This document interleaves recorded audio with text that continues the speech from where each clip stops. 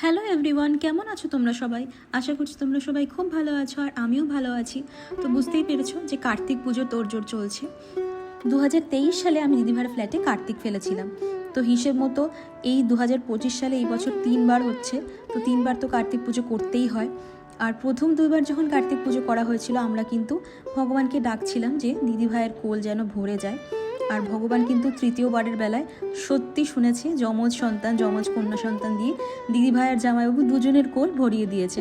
এবার বাড়িতে দুটো ছোট ছোট বাচ্চা থাকলে যে কি হতে পারে সেটা ভাবনা চিন্তার বাইরে। তাই খুব বড় করে তোড়জোড় করে পুরোহিত মশাই ডেকে যে আমরা কার্তিক পুজো করবো সেটার অবকাশ আমাদের ছিল না।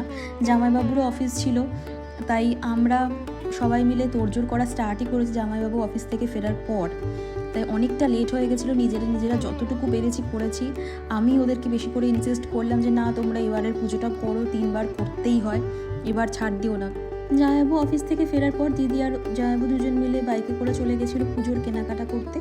আর প্রথমে ক্লিপেই যেটা দেখালাম যে ওরা কী কী কিনে এনেছে সেগুলো আমি তোমাদেরকে দেখিয়ে দিয়েছি। এবার ওগুলো সব আমরা 3 তলায় মানে আমাদের ঠাকুর ঘরে নিয়ে চলে এসেছি। আর আমি এখানে চন্দন বাটলাম আর হাতের কাছে যা যা ছিল সেগুলো দিয়ে একটু ঠাকুরকে সাজিয়ে দিলাম। এই যেমন মোমবাতিটা ধরিয়ে দিলাম আমি, মানে ওই যে হাতির উপরে যে প্রদীপটা ছিল তার উপরে মোমবাতিটা বসিয়ে দিলাম, কারণ সলতে খুঁজে পাচ্ছিলাম না।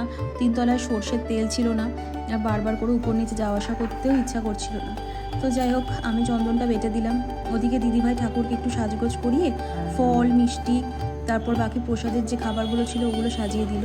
এদিকে বাবা ধূপ ধুনো দিচ্ছে আর জামাইবাবু পেখমকে নিয়ে 3 তলায় চলে এসেছে, কারণ দিদিভাইয়ের খুব ইচ্ছা ছিল যে বাচ্চাদের উপস্থিতিতেই পুজোটা সম্পন্ন হবে আর কি।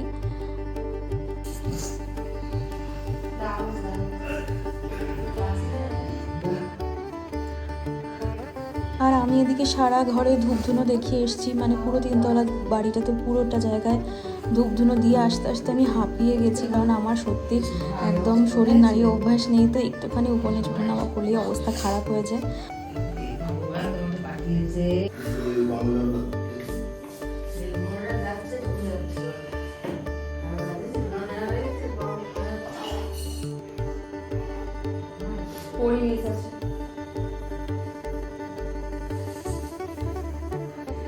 ঠাকুর দেখছো?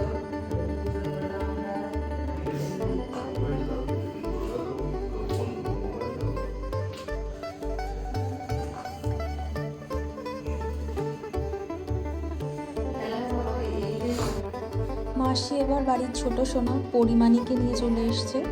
তো এবার পুজো শুরু হবে। আর যেহেতু পুরোহিতকে ডাকা হয়নি তাই বাবা গত বছরের মতো আবার এবছর পুজো করে দেবে। আর আমরা ইউটিউব থেকে নেট দেখে সব মন্ত্র কীভাবে কী পুজো করতে হয় সমস্তটা দেখে নিয়েছি। মন্ত্রগুলোও আমরা বের করে নিয়েছি। তো বাবা খাতায় কাগজে লিখে নিয়েছে, আর কিছু জিনিস বাবা মোবাইল দেখে দেখেই মন্ত্রগুলো পড়বে আর পুজো করবে, এরকম একটা প্ল্যান হলো।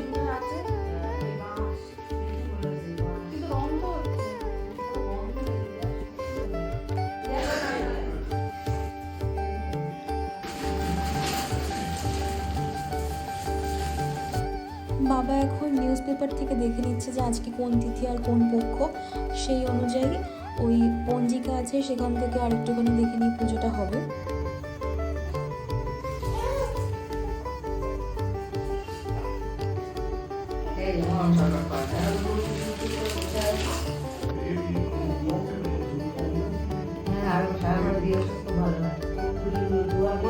হ্যাঁ, 3 তলা সিঁড়ি, 2 তলা সারা প্রত্যেকটা ঘর, রান্নাঘর, 1 তলা সারা ঘর, 1 তলার মেন গেটটাও দিয়ে দিও, বুঝেছো?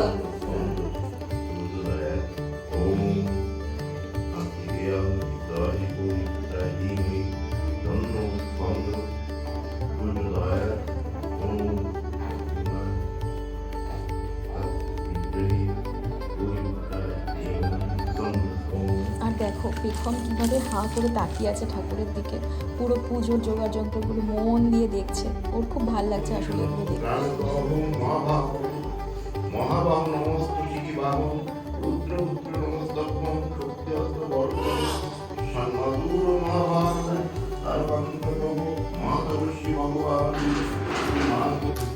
পুষ্পাঞ্জলি ফুল নিতে হবে।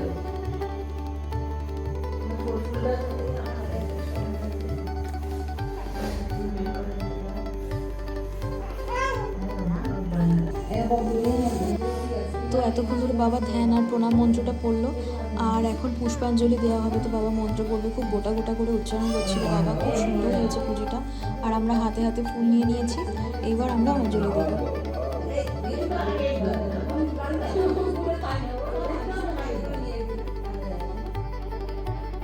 আর ছোটো বাচ্চাদের যা কাজ হয় আর কি, দুষ্টুমি, পেখম ওই ফুলগুলো নিয়ে, মানে পুষ্পাঞ্জলির ফুলগুলো নিয়ে মুখে দিতে যাচ্ছে, সেই নিয়ে একটা কাণ্ড হচ্ছে বটে।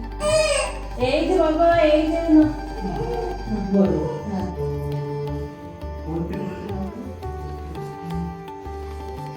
এ ভাবছে কি দিল দাদু আমার মাথায়? হ্যাঁ, ঠাকুর বসে। হ্যাঁ।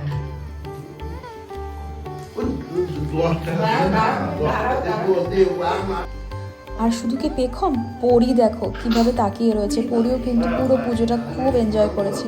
তো যাই হোক, আমরা পুষ্পাঞ্জলির যে ভিডিওটা ছিল সেটা না, আমার ক্লিপটা দেখছি ওঠেনি, আমার খুব মনটা খারাপ হয়ে গেল। বাবা খুব সুন্দর করে মন্ত্রগুলো পাঠ করছিল, আমার খুব ভালো লাগছিল।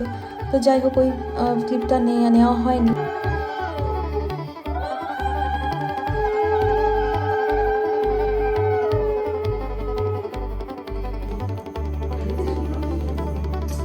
হয়নি।